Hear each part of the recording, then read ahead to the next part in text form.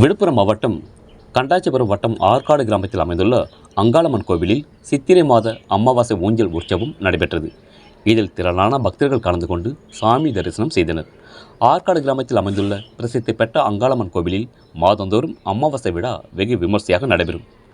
அதனைத் தொடர்ந்து பூசாரி வேலாயுதம் பக்தி பாடல்களை பாடினார். அப்போது அம்மன் ஊஞ்சலில் முன்னும் பின்னும் அசந்தாடியபடி பக்தர்களுக்கு அருள்பாலித்தார். இதனை கண்ட பக்தர்கள் பக்தி கோஷங்களை எழுப்பினர்.